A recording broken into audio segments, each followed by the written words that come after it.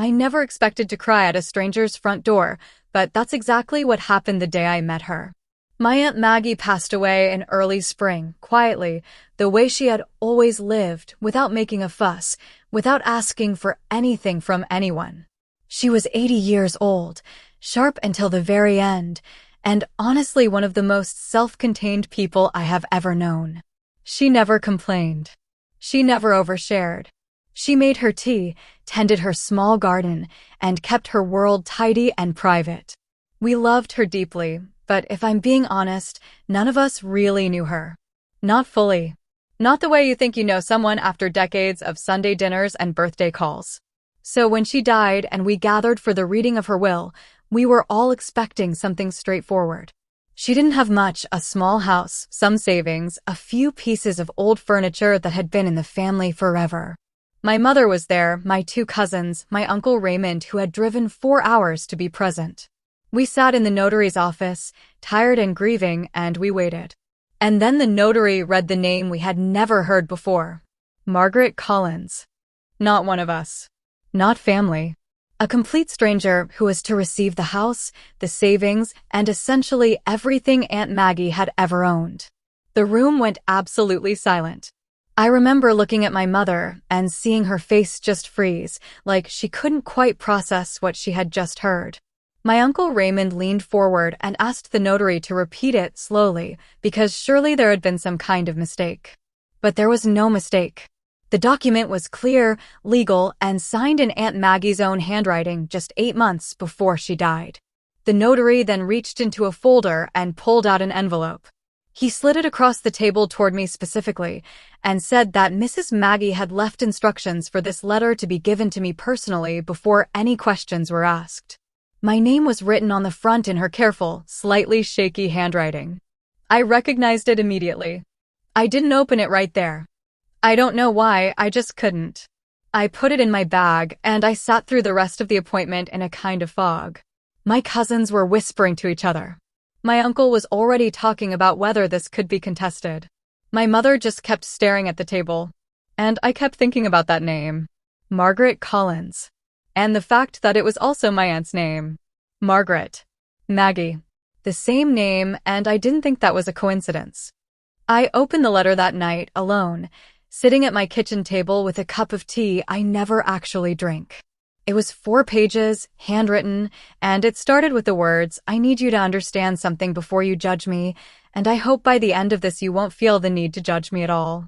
Her name was Margaret Collins, and she was the daughter of a man named Robert Collins, who had loved my Aunt Maggie for nearly 50 years without ever being able to be with her.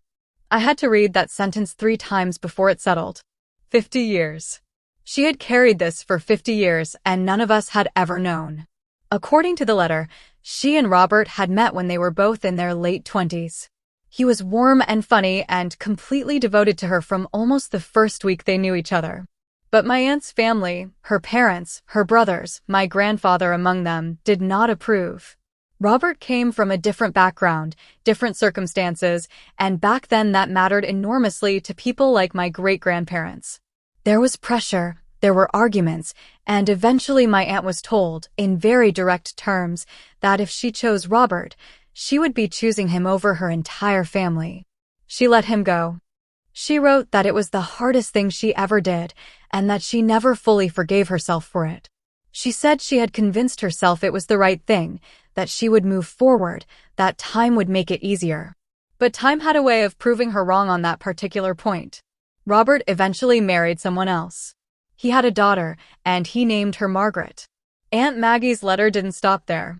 She wrote about Robert the way you write about someone who never really left, even when they're physically gone.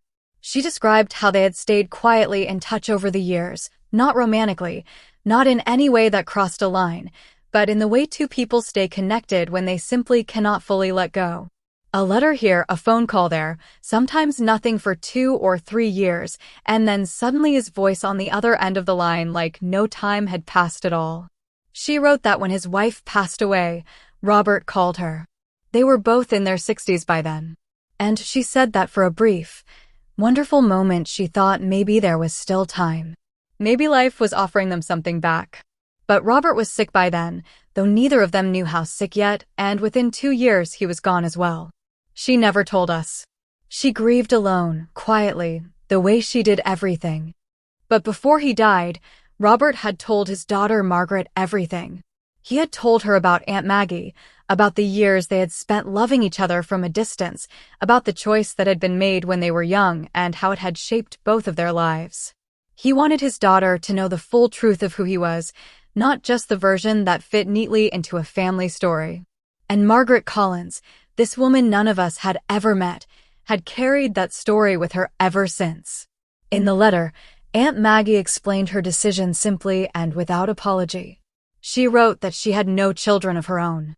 She wrote that the people she loved most in her family were already comfortable and provided for. And she wrote that leaving everything to Margaret felt like the only way she could give Robert something back, even now, even after everything. It was her way of saying, your life mattered, your love mattered, and I am sorry it took me this long to say it properly. She asked me specifically to be the one to make contact with Margaret. She said she trusted me to handle it with kindness.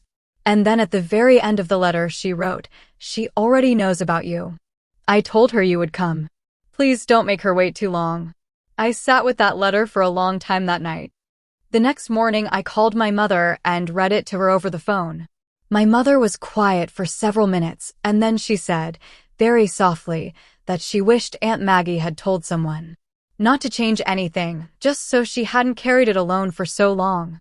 My Uncle Raymond came around within a few days, and honestly, once everyone had time to sit with it, the anger dissolved. What replaced it was something closer to sadness, and underneath that, a strange kind of tenderness for a woman we thought we knew and clearly didn't, not completely. Nobody contested the will. I found Margaret Collins through the contact information the notary had on file. I called her, and her voice was warm and a little nervous, and within the first 2 minutes of the conversation I could tell she had been waiting for this call for a while. We arranged to meet at Aunt Maggie's house 2 weeks later, on a Saturday morning. I drove there not knowing what to expect. I had imagined it might be awkward or emotional in a sharp and uncomfortable way, or that we might sit across from each other with nothing to say. I knocked on the door of that small house, which was technically hers now, and she opened it, and she looked at me with these steady, kind eyes, and she said, "You must be her niece. She talked about you. Please come in." The house still smelled like Aunt Maggie, like old wood and dried flowers, and that specific tea she always kept on the counter. Margaret had not changed anything yet. I think she understood, without either of us saying it, that it wasn't quite time for that.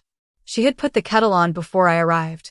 There were 2 cups already on the table, and on the table next to them was a small photograph in a simple frame, a young woman and a young man standing close together, both of them laughing at something outside the frame. The woman was my Aunt Maggie, maybe 30 years old, younger than I had ever seen her. And the man beside her was looking at her the way people only look at someone when they think no one is watching. I sat down. Margaret poured the tea. And she said, "He never stopped loving her. Not for a single day. I just want you to know that." I didn't say anything for a moment. I just looked at the photograph and I thought about 50 years, and all the letters, and the phone calls, and the quiet grief my aunt had folded into herself so neatly that not one of us had ever seen the shape of it. Then I picked up my cup and I looked at Margaret and I said, "Tell me about him." And she smiled, and she did.